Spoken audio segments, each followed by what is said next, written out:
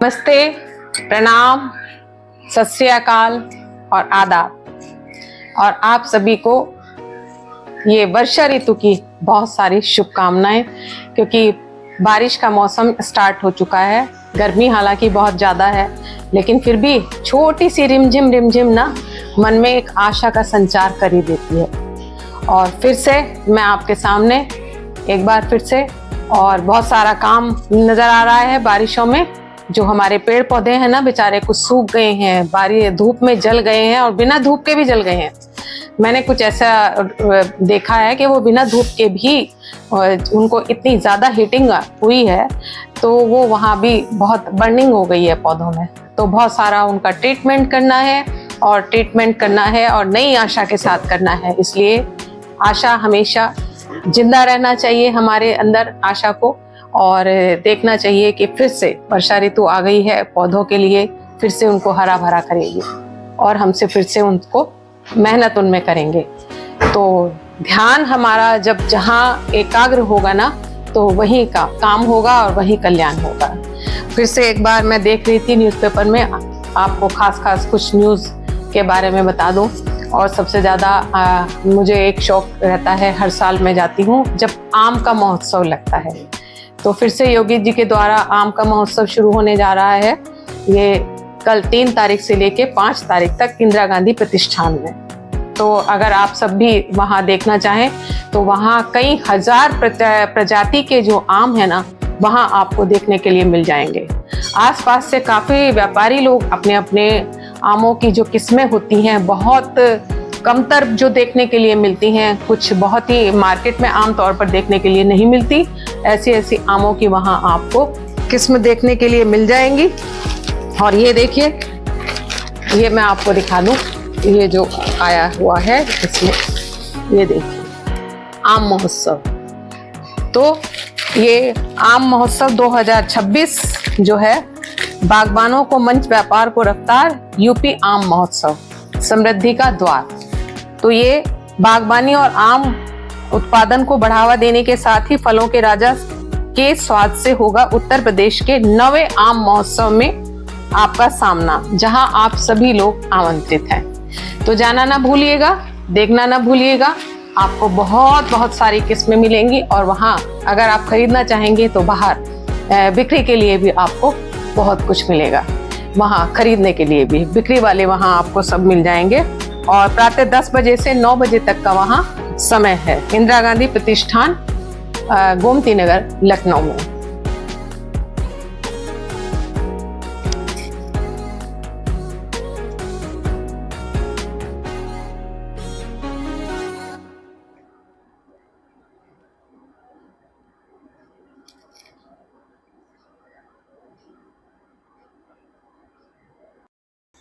तो ये हो गई कुछ मुख्य खास न्यूज़ मैंने जो लखनऊ के बारे में आपको दी और आम के बारे में आपको दी। और अगर मैं जा पाई वहाँ तो वो भी आपको जरूर शेयर करूँगी। और जहाँ तक एकाग्र मन की बात हो रही थी, तो उसके बारे में मुझे एक छोटी सी कहानी भी याद आ रही है।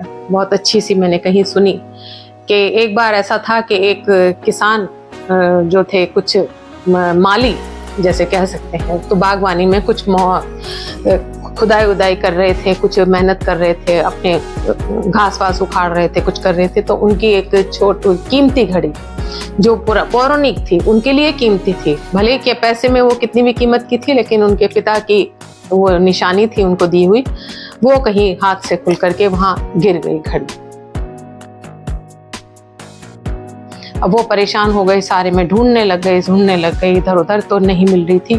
तो उधर से कुछ बच्चे जो थे, थोड़े बड़े स्कूल से और वैसे बच्चे जा रहे थे, तो उन्होंने देखा, तो उन्होंने पूछा कि काका क्या बात है, आप इतने परेशान हो रहे हैं, क्या गिर गया? तो उन्होंने कहा कि मेरी एक बहुत ही पसंदीदा घड़ी थी और वो यहाँ घास में गिर गई है और मिल नहीं रही, आप लोग भी कुछ मदद करें। उन्होंने कहा हम मदद करेंगे, लाइए हटाइए। तो वो परेशान बैठ गए और बच्चों ने शुरू किया, यहाँ से वहाँ तक उन्होंने सारे में देख लिया, लेकिन घड़ी ना उस घास के बीच में कहीं भी नहीं मिली। निराश हो गए वो लोग भी।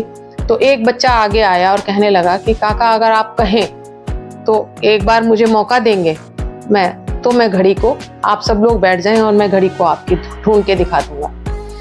तो उन्होंने कहा तुम कैसे ढूंढोगे, इतने सब मिल के नहीं ढूंढ पाए। उसने कहा बस मुझे एक मौका दीजिए, आप सब लोग बैठिए और मुझे मौका दीजिए।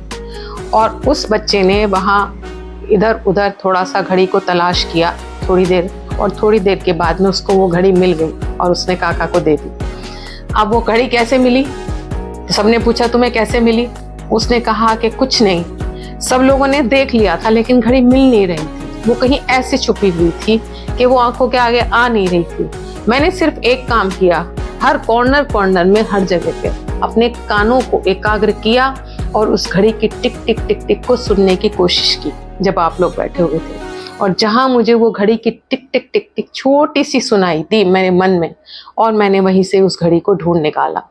तो देखिए, एक आपके मन की एक ना एकाग्रता कितना आपको सफल बना सकती है। कि तो यही इस कहानी से हमें सीख मिलती है। छोटी सी कहानी है और अक्सर मैं डोलू को भी सुनाती हूँ छोटी छोटी ये कहानियाँ जब उसको फुर्सत होती है। अब स्कूल खुल गए हैं तो अब होमवर्क वगैरह की जिम्मेदारी, स्कूल जाना आना, उसको थोड़ा सा फुर्सत कम मिलती है और थोड़ी देर के लिए खेलना उसका अपना रहता है।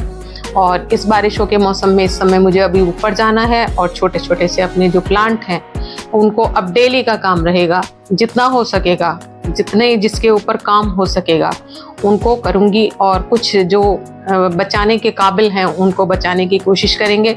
उम्मीद पर ये दुनिया कायम है, उम्मीद पर दुनिया कायम है, तो वो सोचती हूँ मैं। तो जो भी प्लांट और कुछ ऐसे हैं जिनको मल्टीप्लाई करना है, और उसके बाद 4 तारीख को हमारे यहाँ एक उद्यान, ये जो कंपटीशन में जिन्होंने पार्टिसिपेट किया था हम सब लोगों ने, उन सबको बुलाया गया है वहाँ पर, और वो वहाँ NBRI में हमें इनवाइट किया गया है। तो 4 तारीख को वहाँ भी जाना है, हो सकेगा तो वो आपसे शेयर करूँगी। और तब तक के लिए आपको ऊपर का मैं दिखाती हूँ कि मैं क्या क्या करने वाली हूँ। तो चलिए ऊपर चलते हैं। और ये देखिए, आ गई मैं टेरेस पर और मैंने कर दिया अपना काम शुरू। ये जो स्पाइडर प्लांट्स है ना, ये बहुत बहुत ज़्यादा इधर उधर कहीं भी लगे हुए हैं, हैंगिंग बास्केट्स में हैं, सब हैं। तो सब में क्या हुआ कि ये सब जल गए हैं, लगभग कुछ सूख गए हैं, कुछ खराब हो गए हैं। अब फिर से बारिशों में चाल पकड़ेंगे, तो बीच बीच से मैंने छोटा सा जो उगा हुआ था ना उसको छोड़ करके चारों तरफ से उसको बाकी को छांट दिया। और अब ये शेफलेरा का नंबर है कि शेफलेरा की जो ये मेरे बॉन्ज़ई है ना, इन्होंने तो बिल्कुल ही इस बार हिम्मत हार दी। ये बिल्कुल एकदम जला हुआ जैसे लगता है कि ये प्रतीत हो रहा है। देखिए कैसे किस तरीके से इसके पत्ते ना बिल्कुल एकदम जल गए हैं। तो इसकी ऊपर से मुझे कटिंग करनी पड़ेगी, जहाँ तक इसको बचाने की कोशिश करते हैं। ये जहाँ तक ये ग्रीन अगर इसके अंदर से मुझे दिखाई दे रही है अभी ब्रांचेस, तो हो सकता है कि ये फूट आएगा। और फूट तो आता है, ये सर्दी में ज़्यादा अच्छे से सर्वाइव करता है ये, तो सर्दी तक तो ये आ ही जाएगा। देखते हैं बरसात में इसके बाद इसको मुझे खाद वगैरह भी देनी होगी। थोड़ी सी कटिंग कर दी मैंने, और कटिंग करने के बाद में ये कुछ मेरा ये जो सामान का पिटारा है ना, इसमें मैं देख रही थी कि मुझे थोड़ा सा कुछ और सामान चाहिए था। और बिना ग्लव्स के मैं लगी हुई थी, ग्लव्स पहन करके काम नहीं होता। और वैसे भी ह्यूमिडिटी में ना तो और भी ज़्यादा स्वेटिंग होने लगती है। तो इसको मैंने ऊपर से कटिंग कर दिया काफ़ी कुछ, देखिए। तो कटिंग करने के बाद में फिर इसको थोड़ा सा हम कर देंगे, थोड़ा सा नीचे से भी इसकी मिट्टी को मैं ठीक करने की कोशिश कर रही हूँ। और बाद में इसमें डालना होगा मुझे कुछ खाद पानी, कुछ डालूँगी मैं। तो ये मैंने कर दिया इसको। और अब मुझे दूसरे का नंबर लेना है। देखिए ये दूसरा भी जो है बिल्कुल ही इसमें जो लीव्स है ना एकदम ऊपर से सूखी हुई हैं, तो इसको भी कटिंग करनी पड़ेगी। इसकी भी मैंने कटिंग की।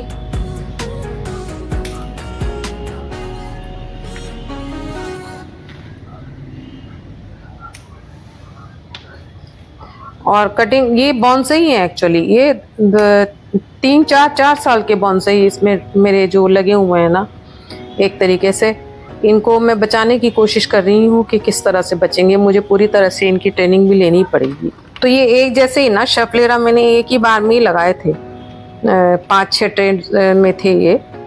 तब मैंने इनको लगाया था। तो और उसके बाद एक नहीं रहा था पहले ही साल में, लेकिन ये 4-5 चले हुए हैं। और देखिए ये मेरा एक जो मिनी ये है ना मधुकामनी, इसमें कितने अच्छे से ये बहुत सारी कलियां आई हुई हैं, कुछ छोटे छोटे से फूल, और इतने खुशबूदार हो जाते हैं ना, इतने खुशबूदार होते हैं ये। और ये रबर प्लांट वगैरह, तो थोड़ा सा और भी ये जो शफलेरा है ना, इनके जो जले हुए हैं, इन सभी की लीव्स को मैंने कटिंग किया। और इनकी ये रूट्स देखिए, रूट्स ऊपर दिखाई दे रही हैं क्योंकि ये बॉन्सई हैं, और अगर ये बॉन्सई नहीं फूटे ना तो वो बड़ी प्रॉब्लम मुझे लगेगी इनमें। बड़ा मैंने इनको संजो करके पाला, लेकिन इस बार क्या हुआ कि ये थोड़ा ओपन में रह गए।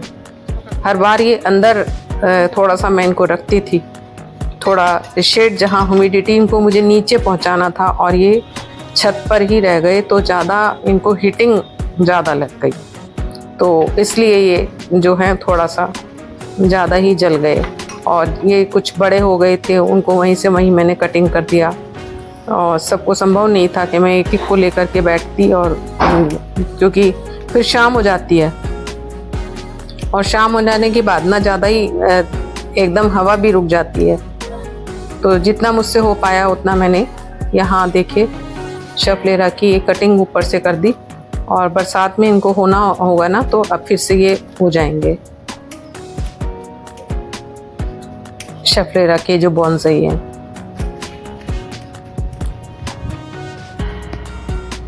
तो थोड़ा थोड़ा सा भी कुछ थोड़े थोड़े से पौधे को हम लेते रहेंगे ना डेली नहीं तो कभी तीसरे दिन दूसरे दिन। और ये देखिए मेरी ये जो मेरा ये था ना कोकोडमा, ये ना मेरा कितना अच्छा सा फूट आया। ये पहले बेकार हो गया था, और इसमें नए नए जो हैं ये सिंगोनियम ये फिर से आ गए हैं।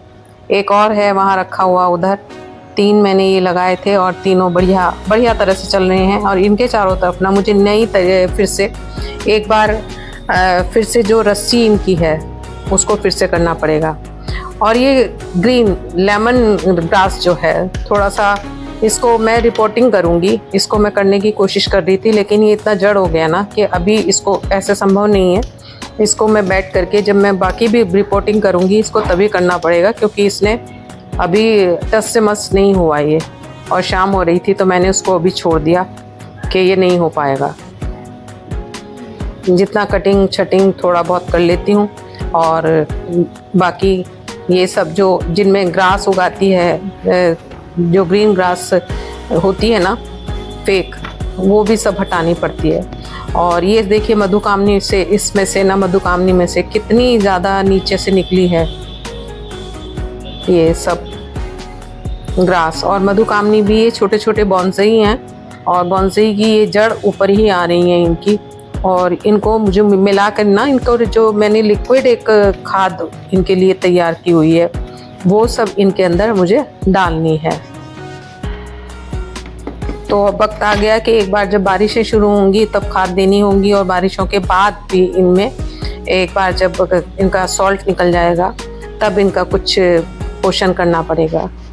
तो ये सब मैं कर रही थी ऊपर, और जितनी भी है अभी ऊपर सबसे मैंने ऊपर इसीलिए शुरू किया कि सबसे ज़्यादा हीट भी ऊपर ही आई है। और ये बहुत सारे से जो मेरे जेड प्लांट है ना, इनके मुझे छोटे छोटे से गिफ्ट तैयार करने हैं, और बताऊंगी किसके लिए कैसे तैयार करने हैं। तो बाकी मुझे बहुत ज़्यादा गर्मी लगने लग गई और मैंने उतार दिया था एप्रिन, और फिर थोड़ी देर बाद ही बस मैंने कहा कि बस आज के लिए इतना ही, और मैं फिर नीचे आ गई थी कुछ करके, क्योंकि गर्मी वाकई में लगने लगती है।